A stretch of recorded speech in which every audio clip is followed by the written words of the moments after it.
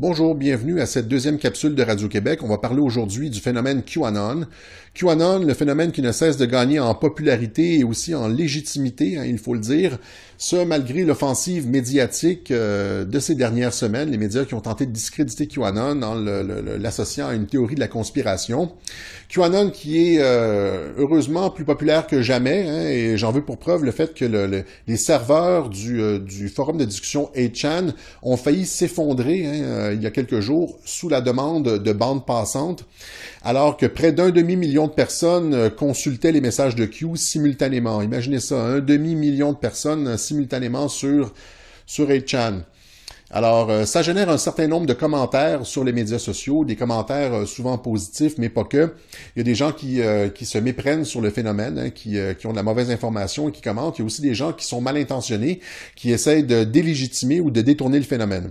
Alors, dans cette brève capsule, je vais essayer de remettre les pendules à l'heure sur QAnon, faire un petit topo pour ceux qui l'auraient pas... qui n'auraient pas eu accès à ce genre d'informations-là. Et dans la deuxième partie de la capsule, je vais présenter des diapositives qui tentent à démontrer qu'en fait, QAnon a de l'information confidentielle et aussi qu'il travaille de mèche avec le président. Donc, des informations, des diapositives qui tentent à authentifier la source et les informations. Alors, qu'est-ce que QAnon? QAnon, cette source qui travaille souvent dans le bureau ovale à côté du président et qui, avec l'autorisation du président, dissémine de l'information sur les forums de discussion 8chan. Ça a commencé au mois d'octobre dernier, donc ça fait pas encore un an. Et QAnon, en fait, documente la guerre que livre l'administration Trump à 3 piliers du mondialisme. L'État profond, les réseaux pédocriminels et les réseaux transnationaux derrière le nouvel ordre mondial. Alors, comment il le fait? Il le fait, c'est ça, en postant des informations sur 8chan. 8chan, qui est un site de liberté absolue, on peut pas effacer les messages, on peut pas censurer, alors c'est la façon idéale de transmettre de l'information sans qu'elle soit censurée. QAnon qui contourne l'embargo médiatique, non seulement des médias traditionnels, mais aussi des plateformes digitales comme... YouTube, Facebook, Twitter, c'est-à-dire l'État profond et le Parti démocrate, les gens associés au Parti démocrate, contrôlent l'ensemble du spectre informationnel. C'est pour ça qu'il faut passer par-dessus tout ça et disséminer l'information directement sur 8chan. C'est ce que Q fait. Alors, Q dissémine de l'information sur 8chan. Il explique de quelle façon il donne les informations et il nous permet de comprendre comment l'administration Trump s'y prend pour démanteler l'État profond américain. L'État profond qui est un problème depuis au moins l'assassinat de JFK. JFK qui avait fait un discours contre les sociétés secrètes et contre le nouvel ordre mondial. Vous pouvez le trouver, je vais peut-être le mettre dans les commentaires en bas. A New World Order Speech. Alors, JFK qui s'était rendu compte que la CIA s'était métastasée, qu'elle contrôlait les politiciens, qu'elle avait plein d'opérations clandestines, qu'elle échappait au contrôle contrôle public, au contrôle gouvernemental. Alors, qu'il avait voulu la briser en 1000 morceaux. Malheureusement, il s'est fait assassiner avant. Alors, une partie des opérations de l'administration Trump vise l'État profond.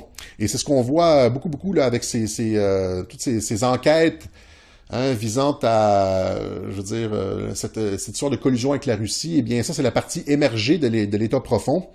Et Trump, Q, nous explique de quelle façon l'administration Trump s'y prend pour piéger ceux qui ont tenté de destituer le président.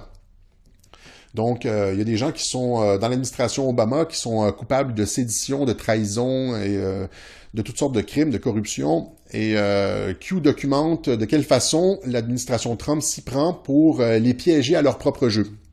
Ça, c'est une des facettes de l'opération QAnon. L'autre facette, c'est les réseaux pédocriminels qui œuvrent souvent main dans la main avec l'État profond. Ces réseaux qui sévissent partout en Occident, pas seulement aux États-Unis, c'est partout au Mexique, au Canada, mais aussi en Europe. En Angleterre, il y a des gros scandales de pédophilie. En France, en Belgique, Marc Dutroux, etc. Ce sont des réseaux internationaux de trafic de personnes. Il y a eu beaucoup de trafic d'enfants aussi à partir d'Haïti. Voilà. Et QQ nous aide à comprendre les dessous de cette opération anti-réseau pédocriminel, anti-réseau aussi, réseau satanique. parce qu'il y a des éléments ritualistiques là-dedans qui ont été montrés notamment par Stanley Kubrick dans le film Eyes Wide Shut. Alors, et puis troisièmement, il s'attaque aussi aux réseaux transnationaux qui sont derrière cette tentative d'établir un nouvel ordre mondial, ce qu'on pourrait appeler un nouvel ordre mondial, organisé autour du groupe Bilderberg, de la commission trilatérale, de Council on Foreign Relations. Donc, cette tentative par le cartel bancaire international de faire s'effondrer la souveraineté des États et de créer un monde sous le contrôle dictatorial d'une élite éclairée. Voilà.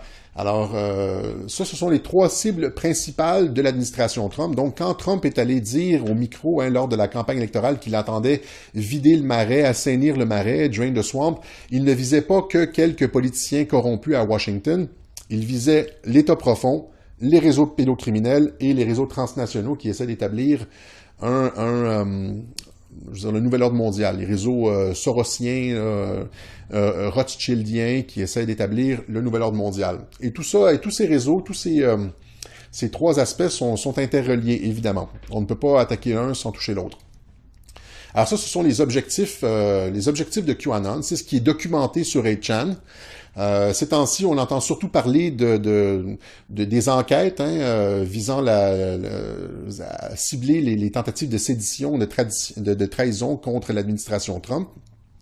Mais si on remonte un peu plus haut dans les informations de QAnon, on a cette vue d'ensemble. Le problème est mondial. Q le fait en posant des questions. Il utilise la méthode socratique, donc il pose des questions. C'est le contraire des médias. Les médias nous disent... essaie de nous vendre une certaine version de la vérité. Q ne fonctionne pas de cette façon-là. Q pose des questions, il nous demande de réfléchir, de se questionner, de faire nous-mêmes les recherches. C'est ça la différence entre Q et les médias. Q utilise aussi un langage un peu hermétique, des fois, qui vient de la military intelligence, qui vient aussi des services de renseignement et potentiellement avant des sociétés secrètes qui remontent peut-être jusqu'à l'hermétisme. Et donc, c'est difficile à comprendre, mais ça en vaut la peine quand on passe le temps, puisque à la fin du processus, on obtient de l'information des semaines, voire des mois à l'avance du cycle médiatique. Alors, voilà, ça c'est portrait d'ensemble sur QAnon. Maintenant, allons-y avec quelques diapositives qui tentent à valider le phénomène QAnon. Comment est-ce qu'on peut faire confiance à QAnon? Eh bien, QAnon a anticipé évidemment le scepticisme face à son action et a organisé de produire, a décidé ou a répondu à l'appel des anonymes quant à sa légitimité. Il a accepté de présenter des preuves de son authenticité. Alors, on va regarder une couple de diapositives présentement qui tentent à démontrer la véracité, l'authenticité de QAnon. On va y aller premièrement avec des tweets du président et des discours du président, les clins d'œil que le président a fait à QAnon. Alors, les anonymes ont demandé à QAnon de prouver qu'il travaillait bien avec le président, qu'il était dans le bureau ovale, qu'il était bien une source dans l'entourage immédiat du président. Ils lui ont demandé de fournir des preuves. Et Q en a fourni, des dizaines. Je vais vous en montrer quelques-unes, à vous de juger. Alors, premièrement, une semaine après avoir commencé à poster sur 8chan, Q termine son premier message, vous l'avez en haut ici, là, avec +++. Et 7 minutes plus tard, le président, lui aussi, inclut un +++ dans son tweet. Alors, vous voyez que le +++ n'a pas lieu d'être ni dans le tweet de Q, ni dans le tweet du président. Alors, c'était comme un des premiers clins d'œil que le président a fait aux anonymes sur 8chan. Il y a par la suite, les anonymes en voulaient plus. Alors, ils ont demandé, vous avez ici à droite la discussion entre les anonymes. Les anonymes s'entendent pour demander à Q de dire au président d'inclure le mot « Wonderful Day » dans son prochain tweet. Vous avez la discussion, il dit je suis d'accord, je seconde, etc. Ils veulent que Q demande au président de tweeter « Wonderful Day ». Et comme de fait, le prochain tweet du président, ça vous l'avez à gauche, il utilise le mot « wonderful ». Today, we continued a wonderful American tradition. Donc, sur demande des anonymes. Les anonymes n'étaient pas en reste, alors ils ont encore une fois demandé des preuves à Q. Ils ont demandé d'inclure les mots « tip-top » dans le prochain discours du président. Et un mois plus tard, le président a inclus « tip-top » dans son discours qui a été fait à partir du balcon de la Maison-Blanche, le discours de Pâques. Alors, il dit... to call it because it really is no name for it. It is special and we keep it in tip-top shape. OK? Voilà. Alors, les anonymes qui demandent à Q d'inclure des messages, des mots dans les tweets ou dans les discours du président, et le président s'exécute. Il y a eu récemment, les anonymes ont demandé, il y a une semaine ou deux, ont demandé à Q de tweeter simultanément avec le président, hein, c'est-à-dire d'avoir un delta de 0 avec le président. Et quelques heures plus tard, Q et le président ont tweeté simultanément à la demande des anonymes. C'est-à-dire qu'il y a eu un message de Q et il y a eu un tweet du président à quelques secondes d'intervalle. Il y en a eu plusieurs comme ça, je vous donne les plus spectaculaires. Par la suite, hein, d'autres petits clins d'œil. Après avoir gagné le Super Bowl, l'équipe qui a gagné le Super Bowl se rend à la Maison-Blanche et généralement, on offre un chandail avec le numéro du président sur le chandail. Hein, 42e président pour Bill Clinton, 43 pour Bush, 44e président pour Obama. Trump aurait dû être le 45e, mais il a choisi le numéro 17. Hein? 17, c'est la lettre de Q dans l'alphabet. Il a fait plusieurs clins d'œil comme ça à la lettre 17 et au numéro 17, le président dans ses discours et dans ses tweets. Voilà. Donc, allons-y maintenant avec les informations qui sont obtenues à l'avance, hein, sur le forum de discussion 8chan. Q donne de l'information à l'avance du cycle médiatique, donc démontrant qu'il a accès à des informations confidentielles ou de la military intelligence. Ici, Q, premièrement, vous avez en bas à gauche ici les deux messages de Q du 7 janvier 2018. Il annonce premièrement DEFCON 1. Et quelques jours plus tard, il y a eu une alerte nucléaire à Hawaï. Les Américains se sont réfugiés dans les abris antinucléaires pendant 38 minutes. Hein, DEFCON 1, c'est un niveau, ça veut dire attaque nucléaire imminente. Il y a eu 2 ou 3 messages de Q avec DEFCON 1. Et quelques jours plus tard, il y a eu cette annonce nucléaire sur Hawaï. C'est quand même incroyable comme coïncidence, si c'en est une.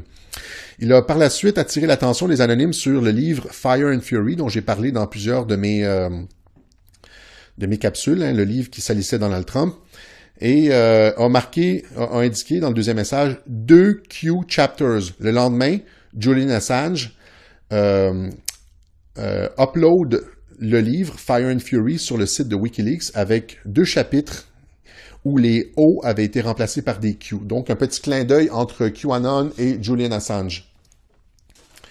Le 3 avril 2018, Q annonce que le pape va avoir un terrible mois de mai.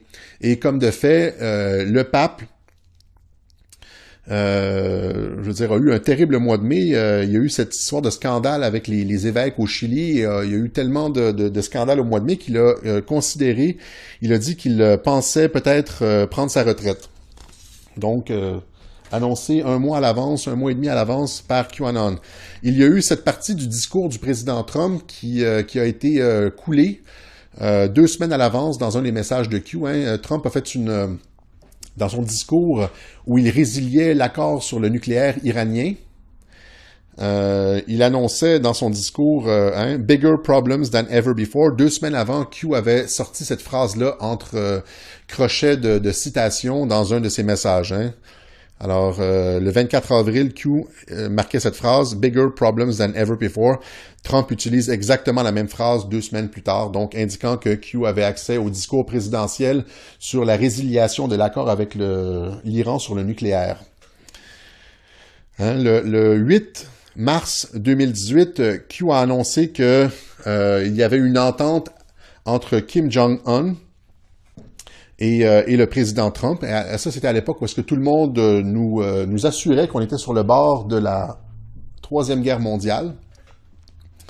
Hein, il y avait les articles dans les journaux, tout le monde se moquait de Trump, tout le monde disait c'est un fou. Q nous disait plutôt qu'une entente avait déjà été signée. Alors, c'était déjà réglé.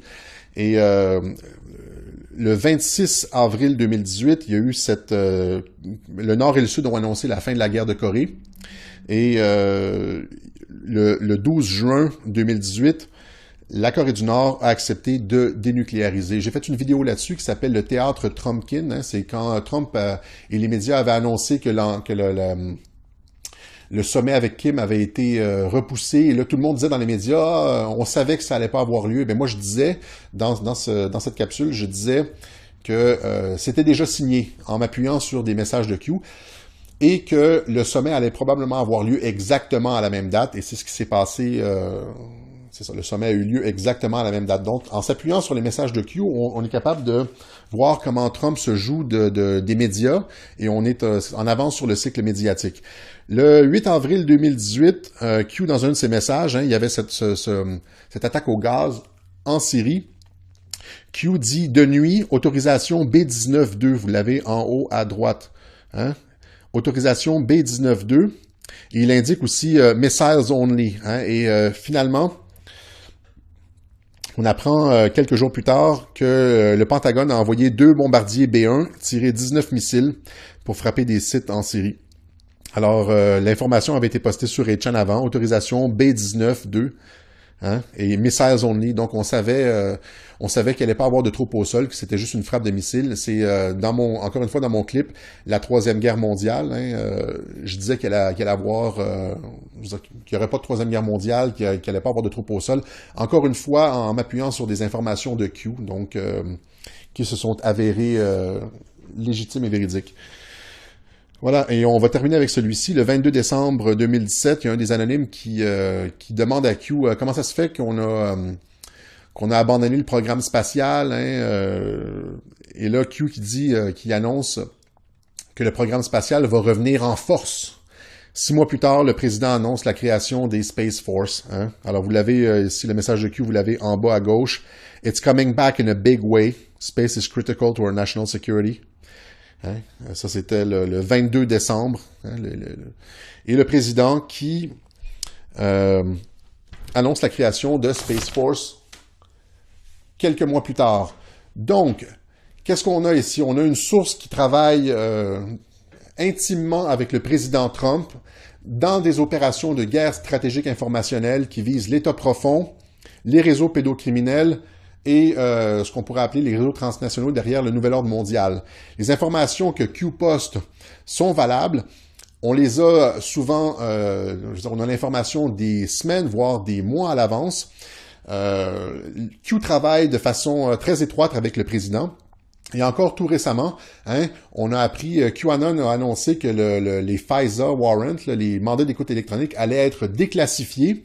Et on l'a appris avant même Sarah Carter. Ça a été corroboré par Sarah Carter, qui est la personne qui a les scoops de l'administration Trump.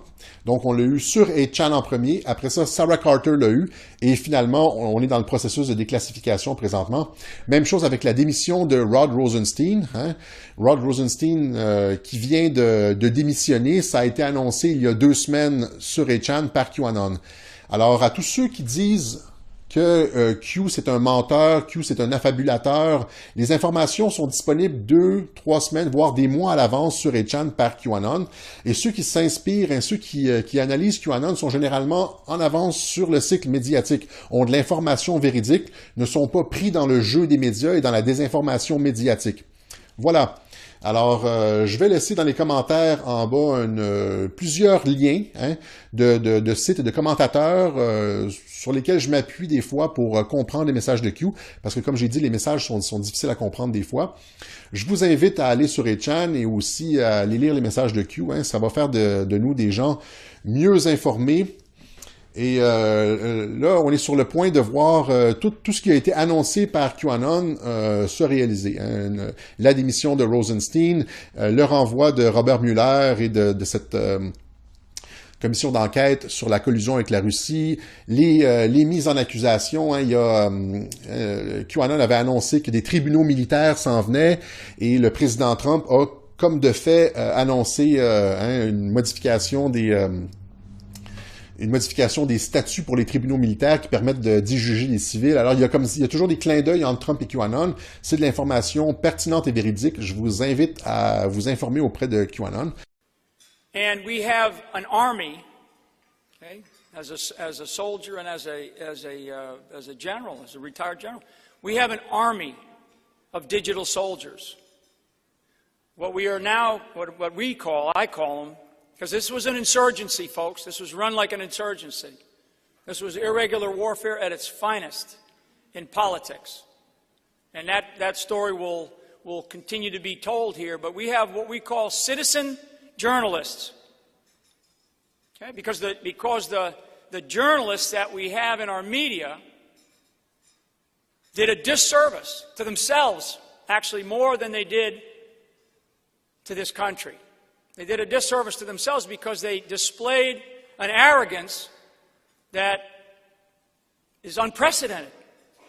And so the American people decided to take over the idea of information. They took over the idea of information, and they did it through social media.